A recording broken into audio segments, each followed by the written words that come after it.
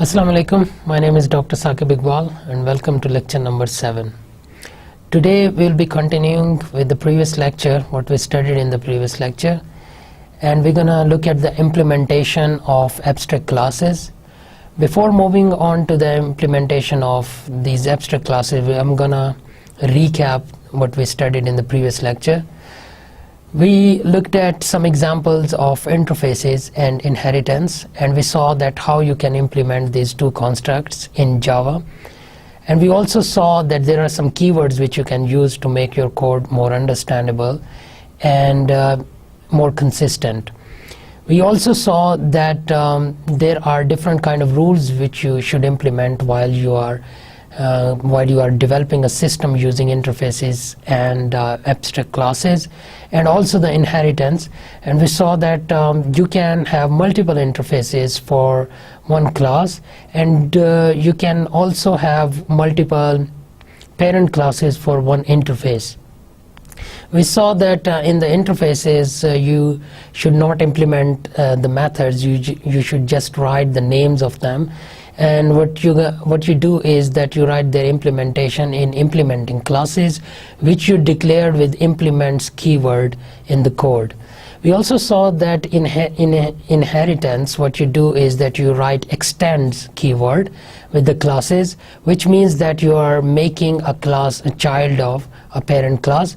So this is an example of generalization, where you have got a specialized class which is realizing a general class. And I told you in the previous lecture, what you can do is that even if there is no generalization in your code, you can introduce on your own. What you can do is to try to find a shared behavior in all the classes, and then try to come up with a name which shows the similar nature of all the classes which you are going to make specialized classes. Then you can name that generalized class, and you can make it a parent class, and you can keep the similar behavior which its children classes are going to use in the parent class. And there is another rule which you can implement, is that overriding of the classes. What it means is that you can not only use the method as it is from the parent class, but you can also add some behavior to it. You can also add some lines of codes to that method. And then this thing is called overriding subclasses. Now, overriding means that you are taking a code from the parent class, but you are overriding it with some additional behavior. You can, of course, write some other methods in subclasses as well. So you are not only bound to use the methods which are written in the parent class. So you can do the same thing with interfaces as well, that you have to implement the same methods, but you can, of course, introduce your own methods as well. So in this lecture, what we're gonna do is that we're gonna talk about interfaces again a little bit while we are talking about abstract classes, and we're gonna also talk about some reference data types which are used in the abstract classes. And abstract classes in general, we're gonna see their implementation, how you write their code, and the overview of the generics in Java, which we talked about in the previous lecture, but we didn't cover it. And the reading, of course, is the same, that you should find the material about all these concepts in Java tutorial. You can go online on the Oracle website, which is the principal organization that owns Java. And you can also look at more stuff in object-oriented programming concepts on internet. And of course, you can consult Wikipedia pages for these constructs as well. Okay, what are the abstract classes? Before going on to their implementation, I'm going to repeat that concept. That abstract class is the view of the classes from the designer's perspective. You don't look at the details of the classes, rather you make an abstract class to look at the system from a view where you are only looking at the type of classes you are going to have in the system and the type of methods these classes are going to have. Now remember how it is different from interfaces is that it can have implementation of some methods, but that implementation is always incomplete. Either it is missing or it is incomplete. Okay, why you do it? Because it provides you a bird's eye view of the system. You don't know about all the attributes, all the implementation details, what kind of logic codes you have written, what kind of lines of codes are included in the system. What you do is that for designing purposes, you just look at all the classes, how they are written, and what is their architecture, how they are interacting with each other, what kind of inputs they are taking from external systems, or what kind of inputs they are giving to the other classes. So basically it provides you a designer view, and you can also discuss it with the clients, and you can show them the architecture of the system using abstract classes. And another benefit of using abstract classes is that you can declare abstract classes, but if you don't want to write implementation in the parent classes, but what you want is that the children should have its implementation. I'll show you some examples in Java code, and that will make you understand this concept better. But what you do is that you simply write a keyword with a class, abstract keyword, and then you don't have to write its code. If you want to write it, it's up to you. That could be overridden in children classes. But if you don't want to write it, then at least it can give the children classes a way to implement or override the methods which are written in the parent class. So sometimes it's appropriate to partly implement a class or interface. Abstract classes allow code to be reused in similar implementation. Abstract classes may include some abstract methods as well, and remember, you have to write the same keyword with them, the abstract keyword. If there are no abstract methods, then the class is usually, but of course not always, implemented fully enough to be used by an application.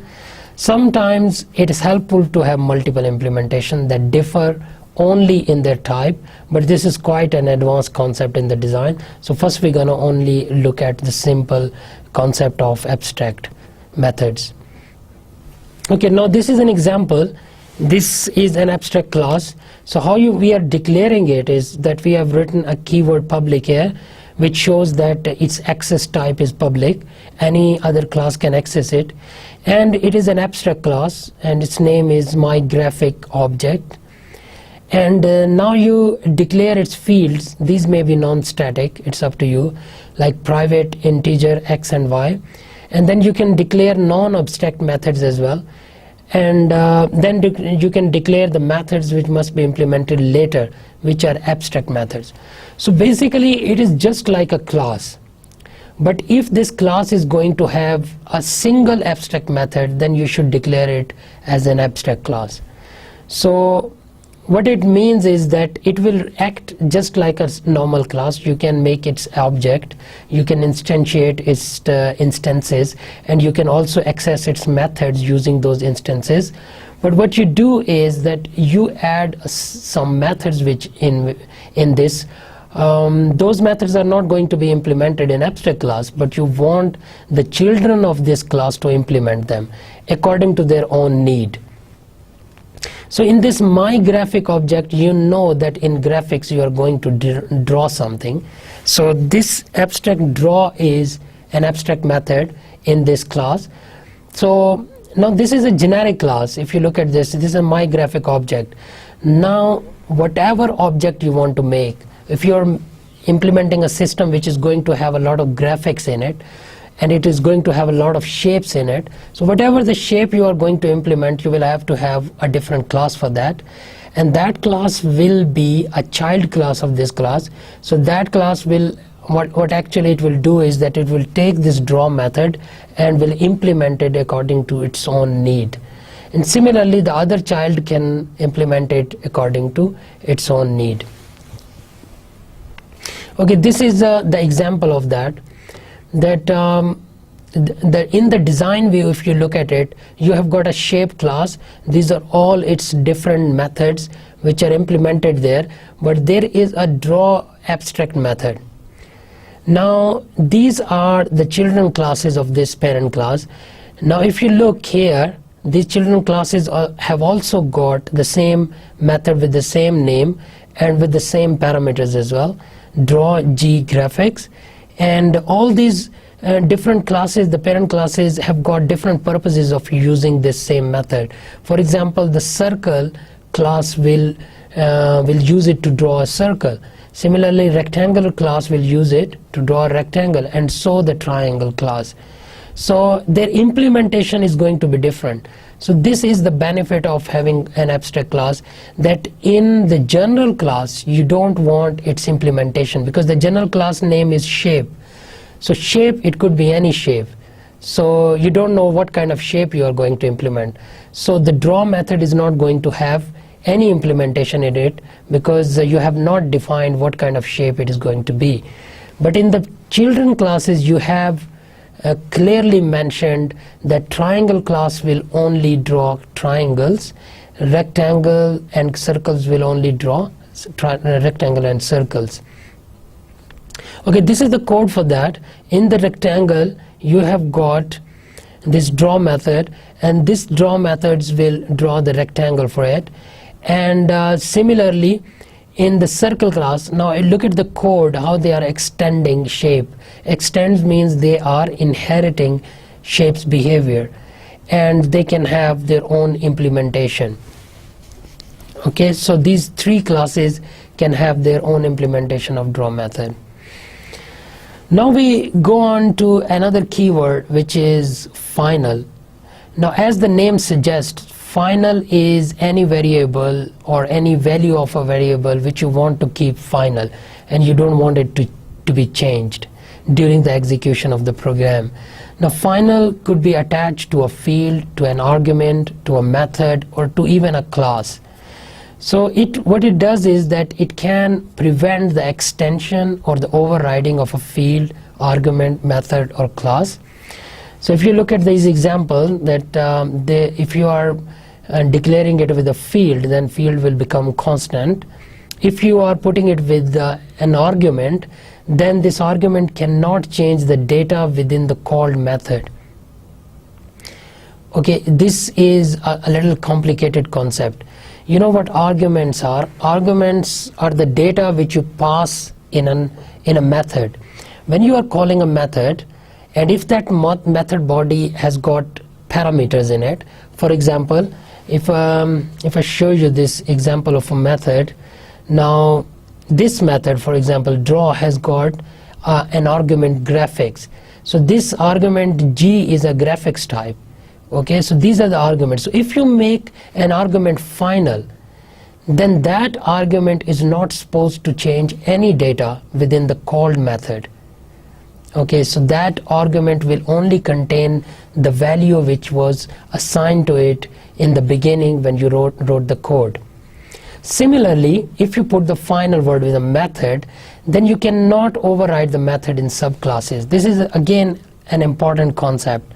What it means is that I told you that if there is a method in the parent class, you can take it and you can override it. Override means that you can write it with the exact same name, but you can add some behavior to it. But if you have written a final keyword in the parent class with that method, then you cannot change it, or you're not supposed to change it. If you changed it, then you're going to get a compiler runtime error. Sometimes it is required according to the application needs or the development need, or if you want your whatever the implementation of method is doing, if you want to preserve that, and if you don't want children to change it, then you can write final keyword with it. But you should always be careful using this kind of keyword, because it is going to bound you from using the same method. Okay, and by doing the overriding thing. Okay, so you can also put it with final, cannot be subclassed. If you put it with a class, then it means that you cannot make its children classes, you cannot make its subclasses.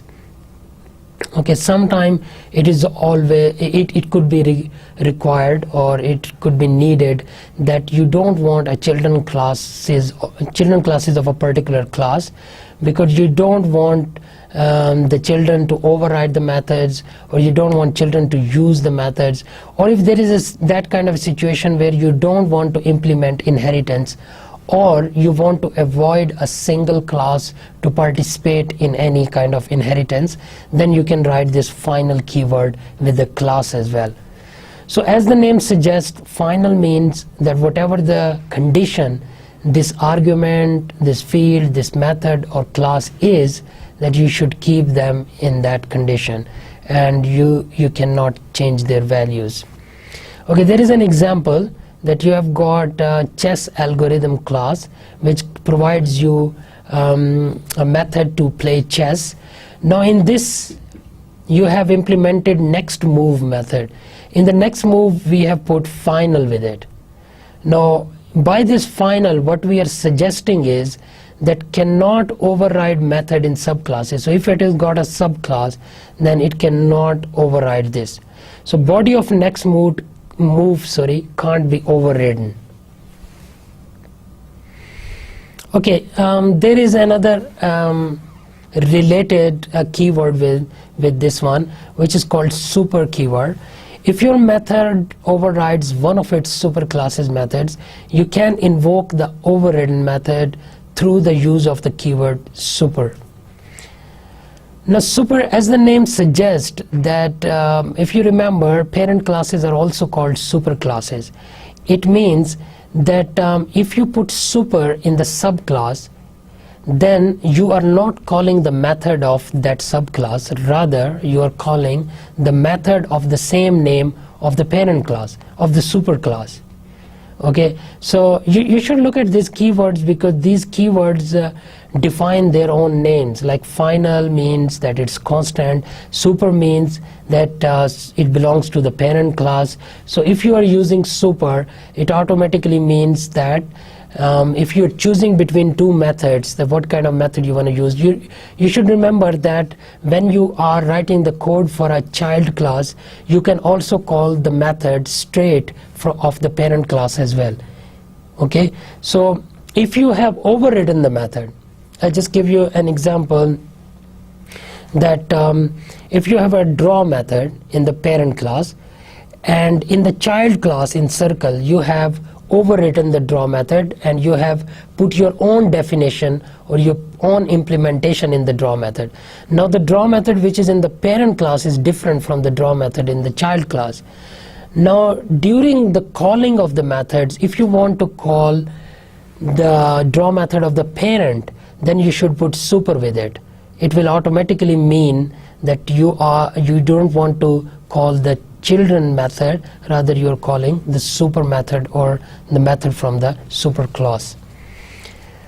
You can also use super to refer to a hidden field, although hiding fields is discouraged. So hidden fields are written in the parent classes, but they are totally discouraged, because you should to keep the data consistent and more readable, you should not have hidden fields in it. But of course there are methods to write hidden lines of codes as well.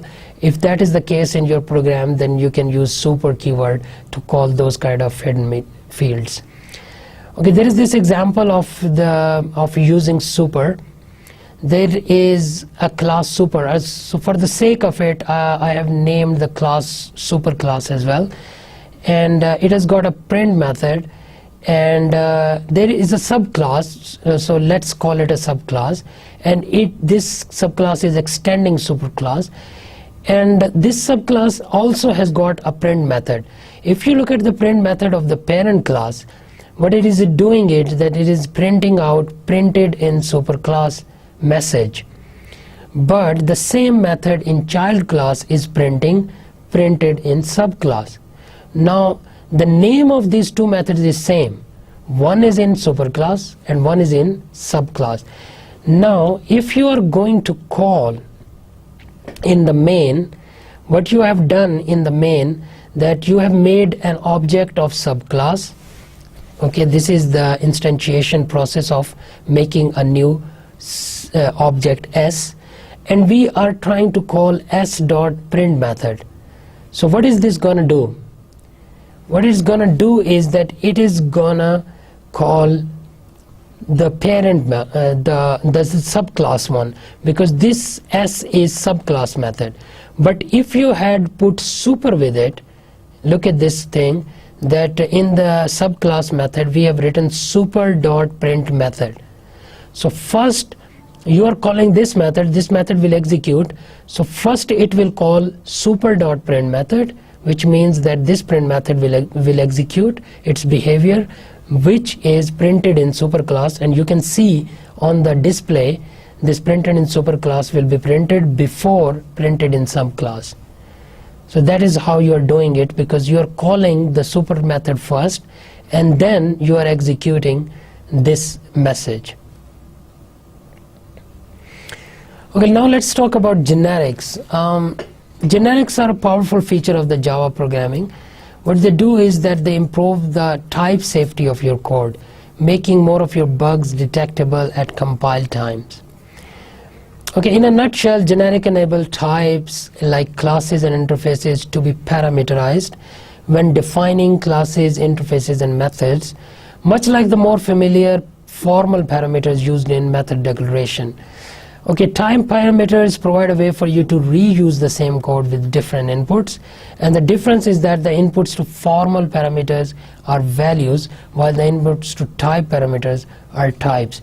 If you have seen, if you saw them in the previous lectures, like there are methods in which we are passing some values. Now those values can have their own data types, but in this case those values are going to be the parameters, and they're going to be only the types. They're not going to have any variables attached to them. Okay, let's look at some of their example.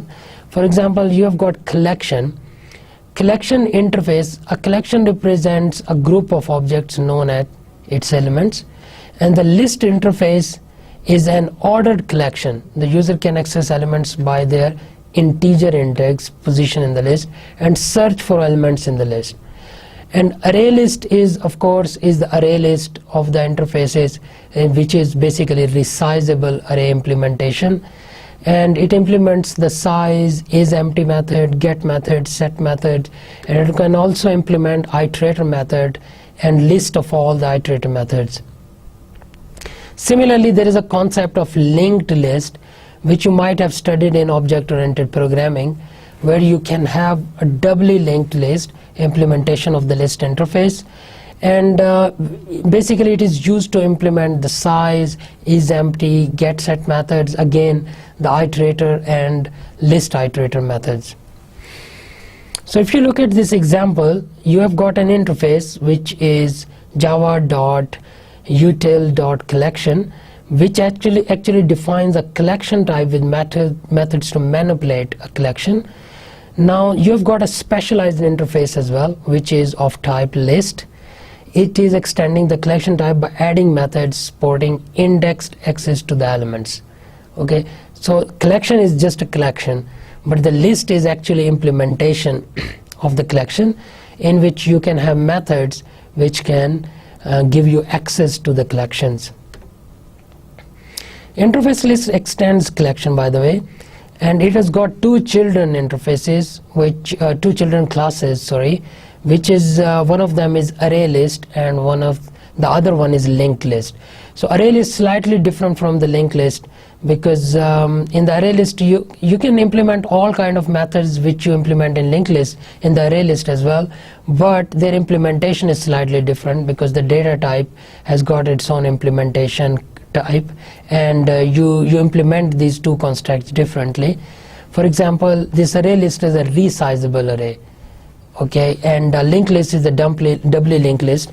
And if you remember these two concepts from your object-oriented programming course, then linked list is implemented using pointers, and arrays are arrays which are resizable if they are array list. Otherwise you can also have static arrays as well, but we are not talking about them here in this particular example. Okay, so if we look at the implementation example of list and list templates, then this is the example where we have got an object of list and we are making it array list type, and you can add hello to it, and then you have got s string list dot get 0. So in the array list, basically you can access these different letters from it. For example, the get 0 will bring you H, okay, and get 1 will bring you E, get 2 will bring you L, and so on and so forth. So it is a nice implementation of list, but it could be nicer because no typecast and better type checking. So what you can do is that you should make it with a string one. Now the list is string from the beginning. Okay, you're declaring this list as a string type. Because it is going to have a string character in it, this hello, string letter for it, so you should declare it in the beginning string, then it can save you a lot of confusions and it will make your code more efficient. So this list is new array list and it is again the type of string. So then you can add hello to it and it's going to bring the same kind of thing.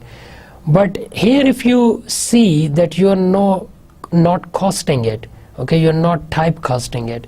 But if in the previous example you will have to typecast them, why you would have to do that is because you don't know what kind of data is in the list. Okay, so if you have trying to make this assignment of S with a string letter, then you should make it, you should typecast the value which is coming out of the list as a string. Only then you can declare it. But if you make it in the beginning, then you don't have to typecast it. And why it is important? Okay, this is the concept which is used in advanced object-oriented programming, and it is a very important concept. So if you are going to write complex system, you should know how to do this parameterized type of lists. Or you can use this parameterization with all other kind of data types as well. So the concept is that if you look at this example, this is a very simple and straightforward one. So you might say that there is not big difference in these two lines of codes. But if you are going to have a lot of variables of this list type, or if this list is going to be used multiple times in your codes, then you can imagine that how many times you would have to write string with it, or how many times you would have to typecast any variables which you are going to use for this list. So this string word, you don't have to write it if you have typecasted it in the beginning, or if you have declared it in the beginning. That list is only going to have string type of collection. So what will happen if you put different classes of objects in a list? Well, this is just the variables, but just imagine the situation where you're gonna put classes in that kind of list, then invoke find max on the objects in that list. So if you want to find that which is the maximum object, you would get a runtime error if the is larger than method for one class doesn't accept objects in other class as a parameter.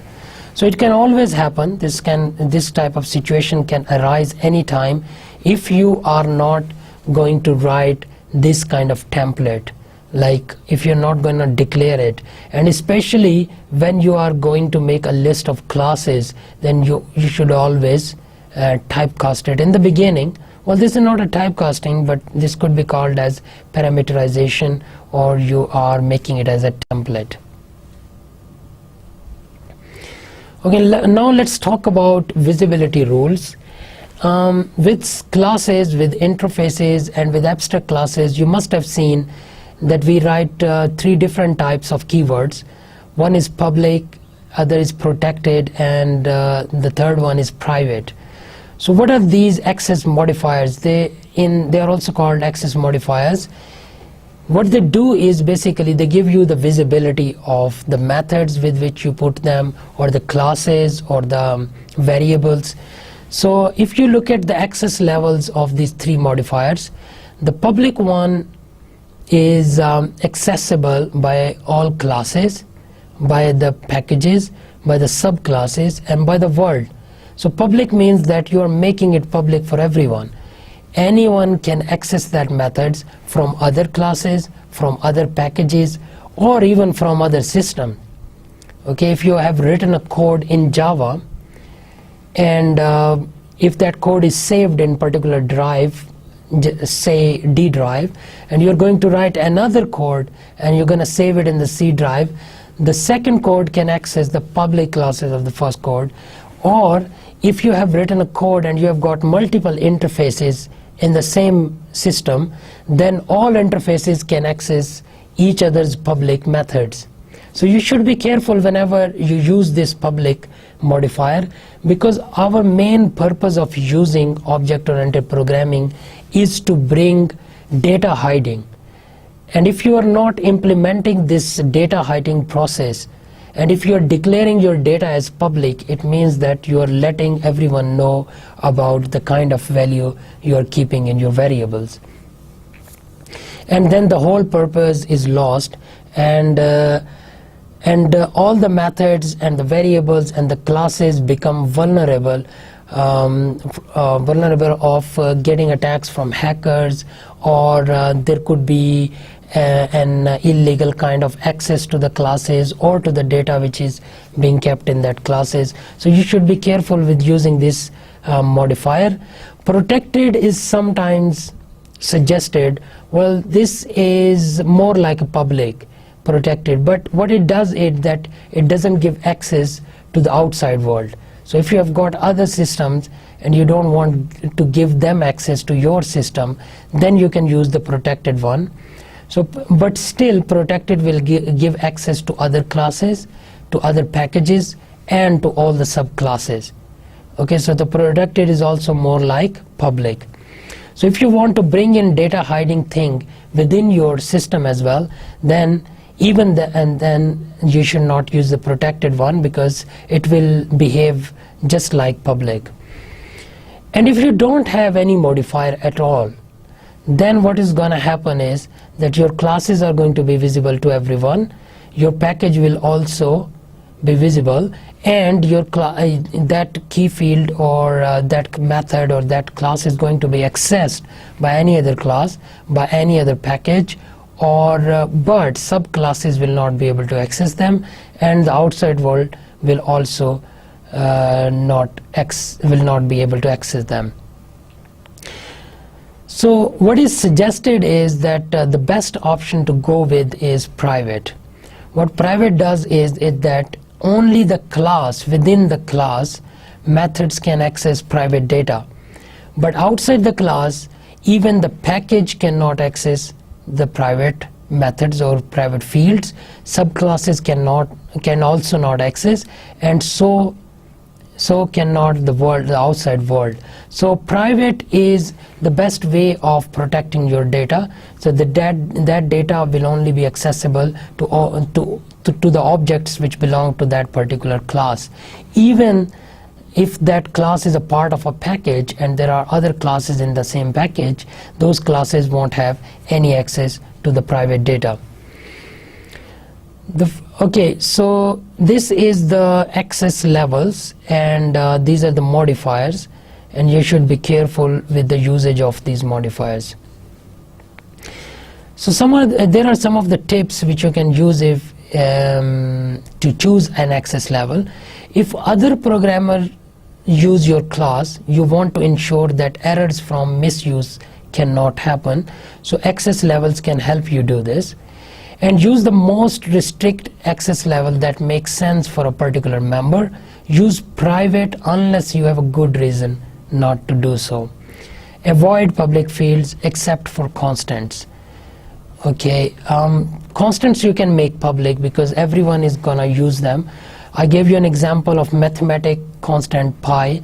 Now the pi's value is going to be used by all the other classes, and you should make it public because it's just a constant and its value is not going to be changed anyway.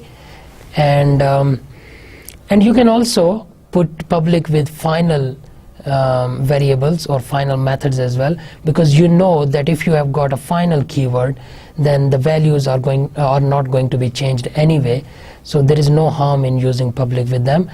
And you should rather use the public with them so that other could use the values if you have put some constant values in them. Avoid public fields except for constant, and many of the examples in the tutorial use public field. This may help to illustrate some point concisely, but is not recommended for production code. Public fields tend to link you to a particular implementation and limit your flexibility in changing your code. So yes, so you should also be careful when you are using the access modifier, and if you don't want to, if the situation is such that you don't want to use private, then you can always use public in it. And if you're writing a small code and which is not sensitive and it's not going to have any sensitive data in it, then there is no harm in using public. So there is a topic in Java tutorial with the name controlling access to a member or class. You can look up this topic in the Java tutorial, which is given on the Oracle website, and you can read more about these access modifiers and their usage. Okay, now let's talk about packages. Now I have given you example of packages when we were discussing about object-oriented design. I showed you how you can use their notations, and I also showed you how you can show inheritance generalization in the packages, and there are multiple classes which you can include in a package, and how you organize them, how do you show their association with them, and what is the notation of the package.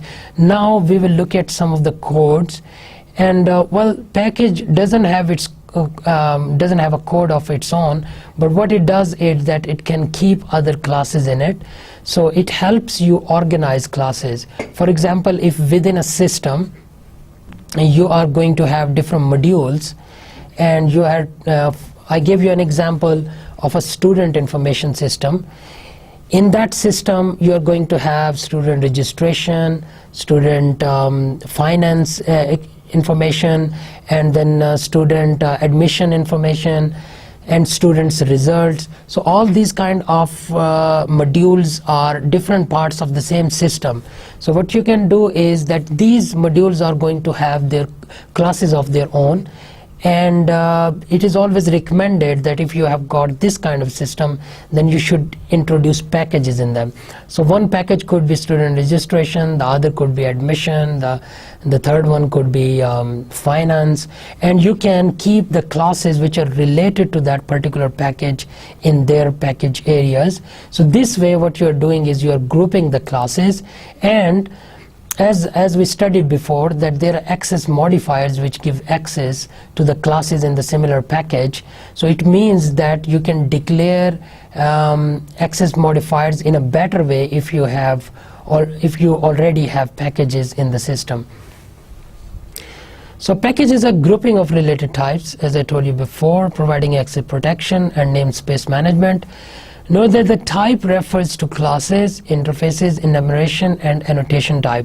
So you can not only have packages for classes, but you can also have them for interfaces, for enumerations, and annotation types. Enumerations and annotation types are special kinds of classes. As we discussed before, I showed you some examples as well, and I'll show you some later too. Respectively, so types are often referred to in this lesson simply as classes and interfaces.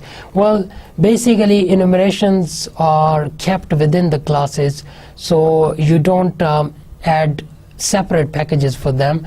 So in the normal routine, what you do is that you only make packages for classes and interfaces.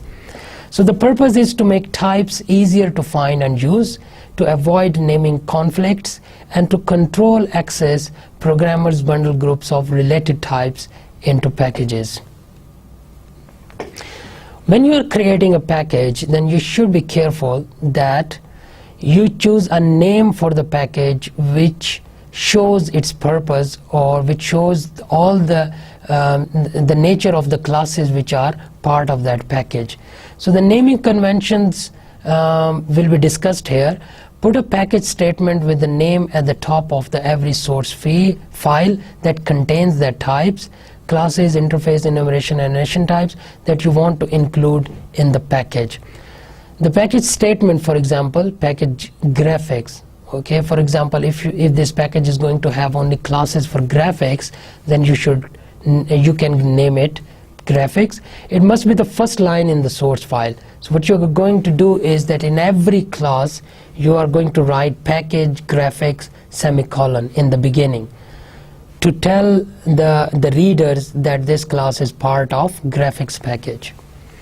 There can be only one package statement in each source file, and it applies to all types in the file. Okay, one public type per file. If you put multiple types in a single source file, only one can be public, and it must have the same name as the source file. For example, you can define public class circle in the file circle.java. So if okay, this is very important. Now, what is the file? What is the difference between files and packages?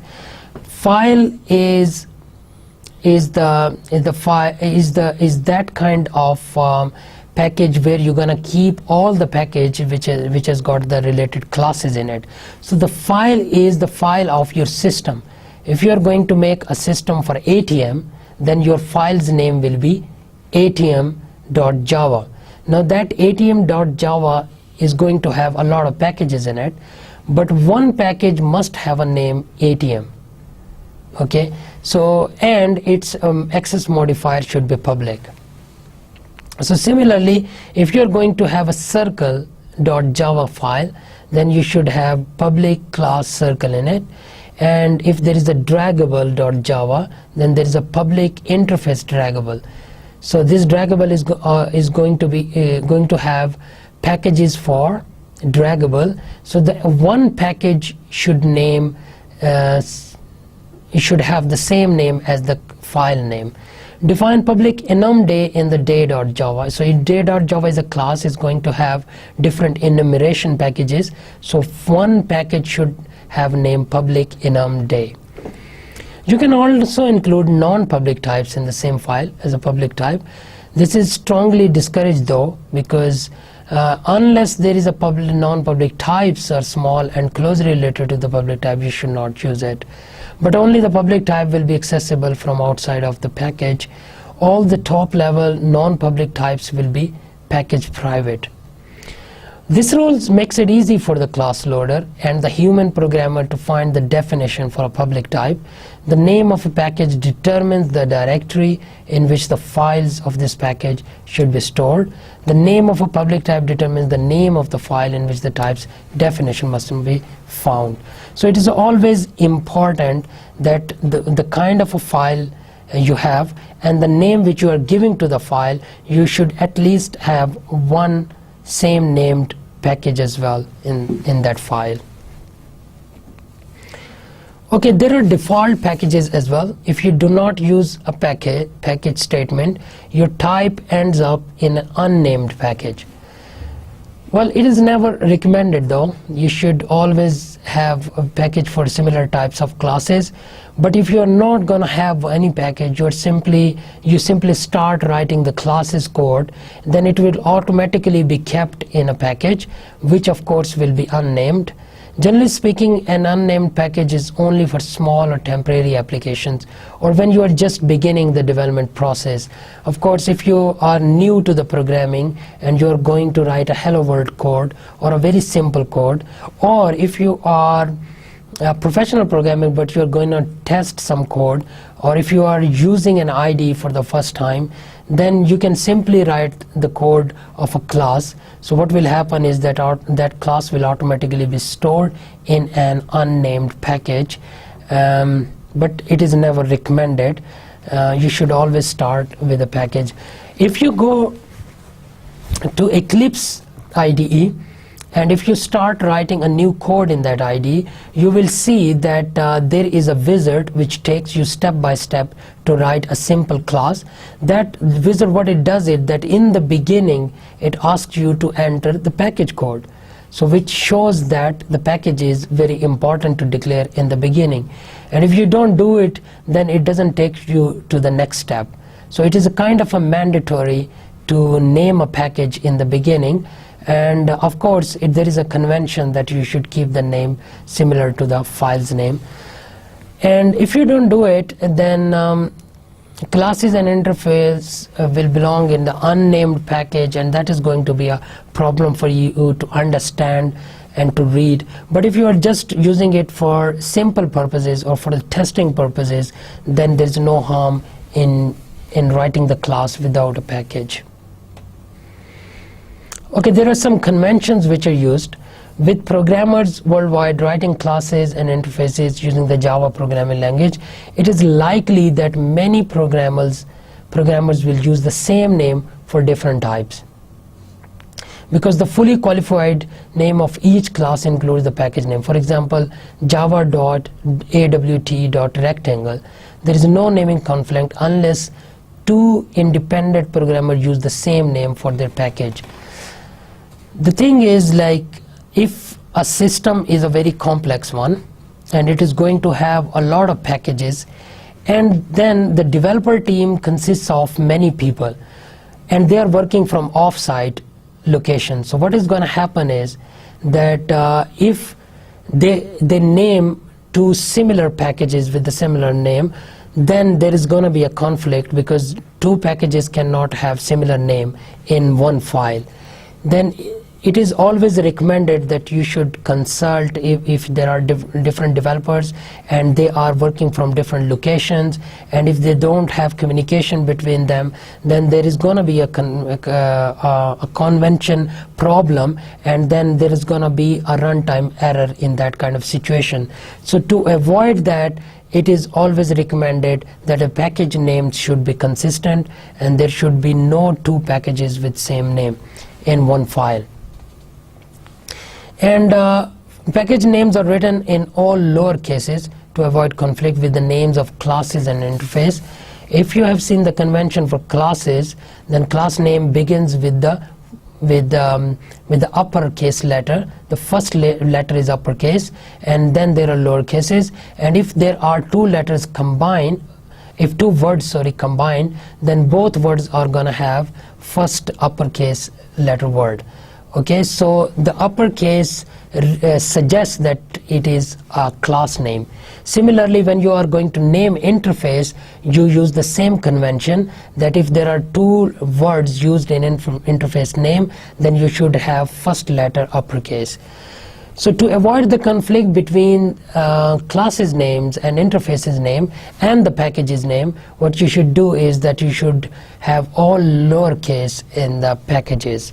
And the companies use their reverse internet domain name to begin their package names as well. For example, com.example.mypackage for package name my package created by programmer at example.com. And name collisions that occur within a single company need to be handled by convention within the company. Of course, you can adopt different kind of conventions to save you from trouble of having conflict between the package's name. What you can do is that if there are multiple programmers working in the same class and they are creating their own packages, then they can have an extension to the name with their own ID or with their own last name or any kind of convention which can be adopted in a company, so to avoid this kind of conflict.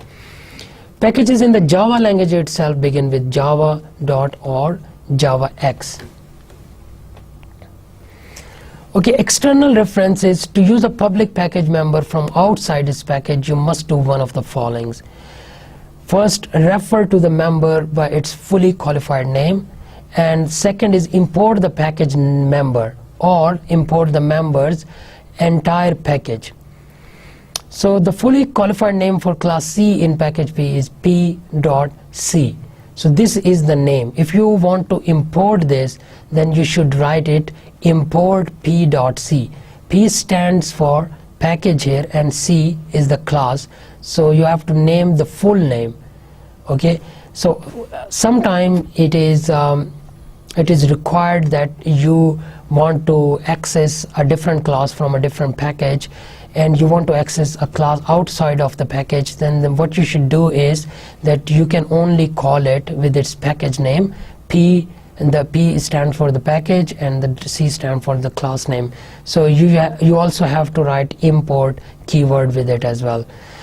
Java gives you a great deal of control over the namespace of your program. For example, you control the import of external names by your import statements, and you control the export of your names as well by restricting the visibility in packages and inheritance.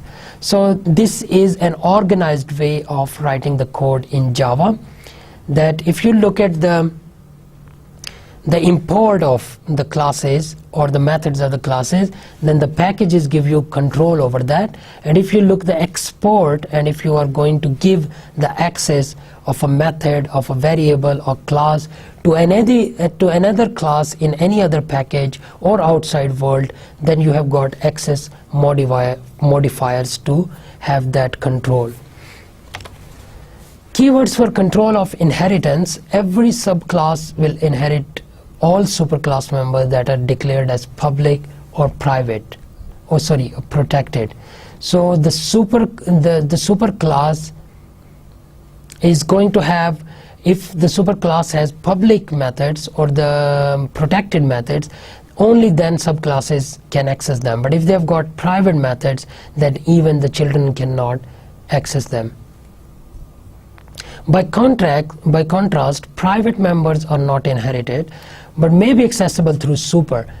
Okay, because when you write super, it means that you're not accessing the method from the subclass, rather you are calling the method from its superclass, because super stands for parent's name. So you're not writing the parent's name itself, you are writing super, which is implying that it is the parent class. So basically you can do that, and you can even access the private members using the super keyword. The default visibility is package private, inherited by subclasses within the same package, but not inherited by subclasses that are declared outside the package. No subclass can override static methods, as I told you before, or override final methods. Any subclass may add new members. These new members could be fields or methods, or override any non-static and non-final methods in the superclass.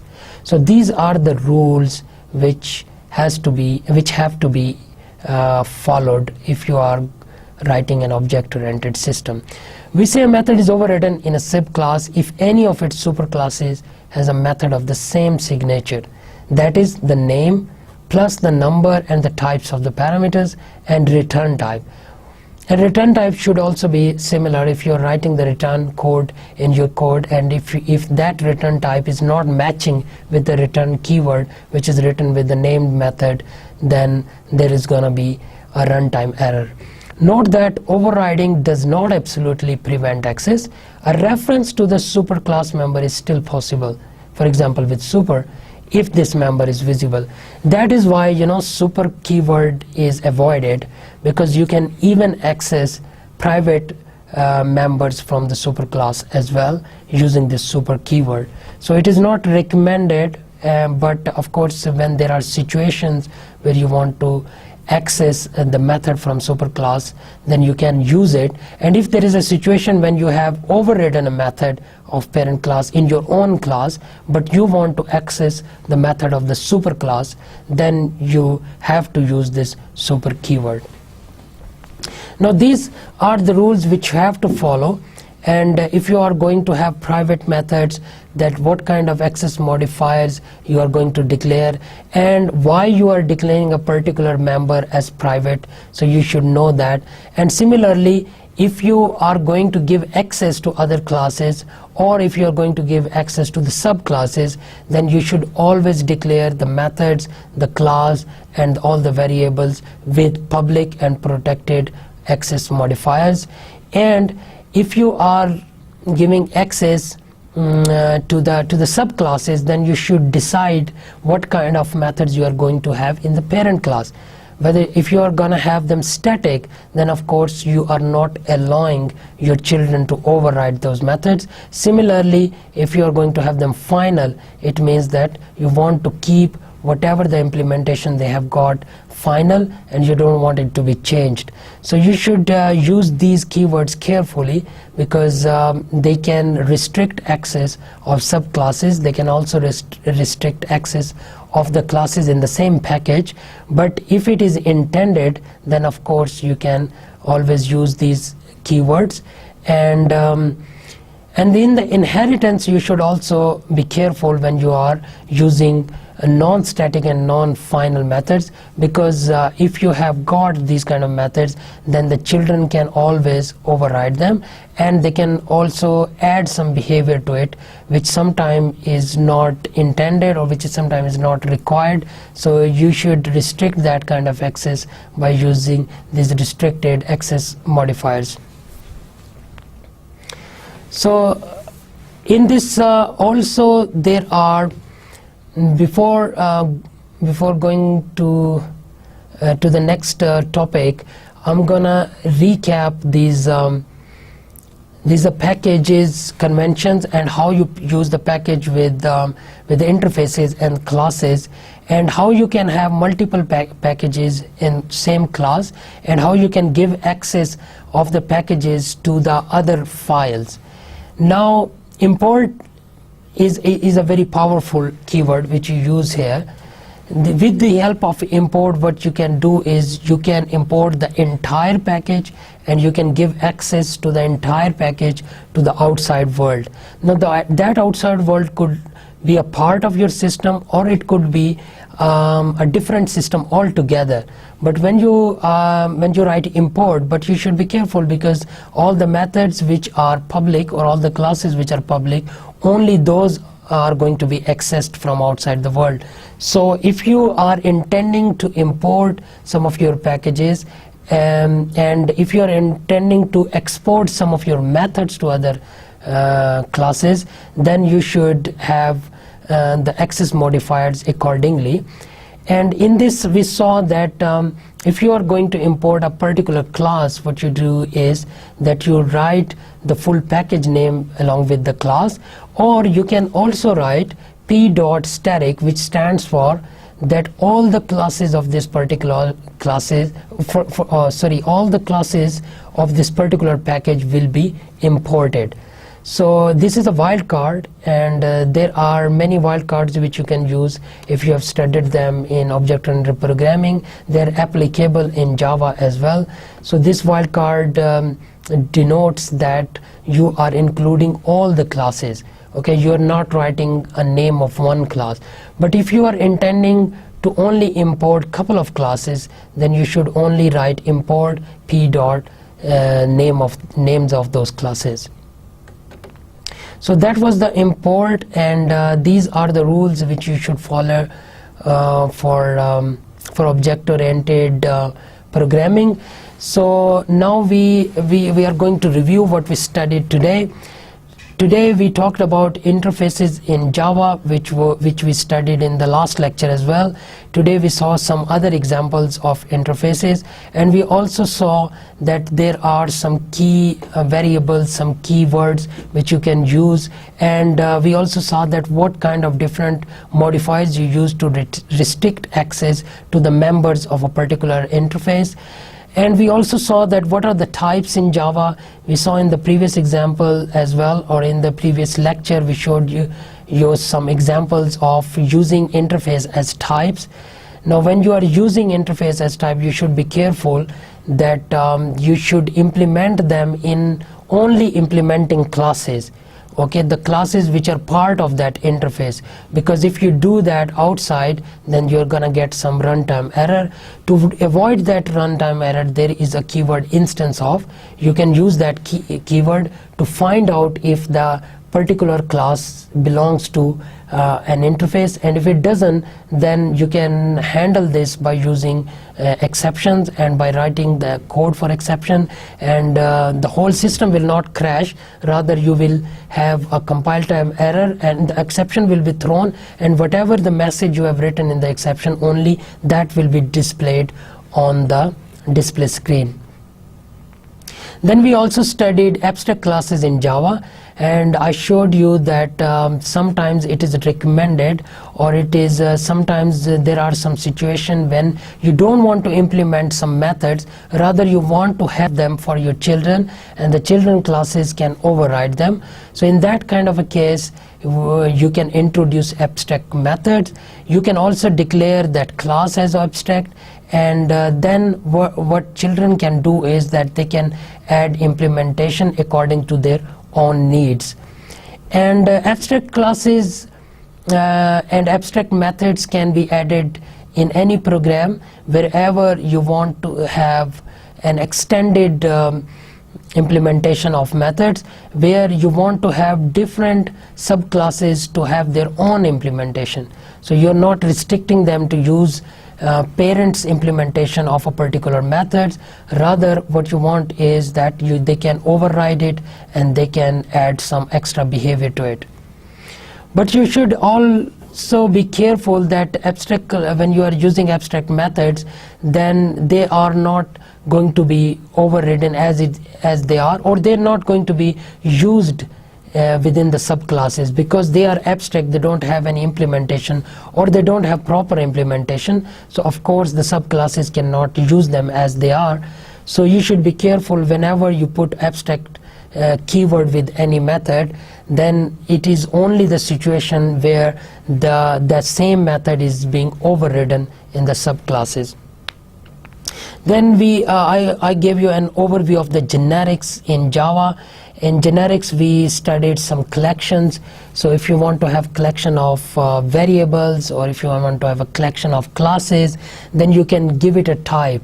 Now that type is very important, because if you don't do it, then you will have to do a typecasting. So that a typecasting can add some more code to it. And if you have got a very simple system, then typecasting is not an overhead. But if it is a complex system, then it could be inconsistent if you don't add it, because then you will have to add it with every variable which is part of that collection. So it is recommended that whenever you are initiating a collection, at this very point, you should mention that what kind of collection, what kind of items this collection is going to have. So if you declare that, like the example I showed you, if you declare it string, then all the elements which are part of that collection will have string values in them, and you will not have to typecast them whenever you are using them. Then in the end, we studied packages, and we saw that package itself do not have any implementation. Rather, they are just group of similar classes or similar interfaces. What you can do is that you can add similar classes in a package. You can name it according to the classes it is going to have, and then out of all the packages, you should have at least one package that has a similar name to the file name. And just to keep the consistency in the system, you should adopt this convention. So this was our lecture today, and we covered these important constructs and important concepts of object-oriented programming. In the next lecture, we are going to look at some other object-oriented design constructs and how you can implement them in Java programming. I would suggest you to implement all the example I showed you in these lectures in your IDE, in Eclipse or JBuilder, and I think I suggested you Eclipse in the previous lectures. Eclipse is a very good tool because it has got IDE as well as a drawing editor. So what you can do is you can draw all your design diagrams and then you can connect them with your code. So Eclipse does that for you, and Eclipse also allows you to make executable models as well, executable diagrams as well, which can eventually generate code for you. So it is always good to use this kind of a tool. So you should take this example as they are from these slides and try to implement them in Java editor and try to run them and see that how they play, and if there is an error, try to correct that error. And I would also suggest you to add some exception handling in this as well. We have not studied in detail about exception handling, but what you can do is you can go on Java tutorial and you can read more about it, and you can take the code as it is from that Java tutorial and you should try to implement it and see that what it does for you. And this exception handling is a very important concept in object-oriented programming. So this concludes our lecture today, and we will meet in the next lecture with a new topic. Until then, Allah Hafiz.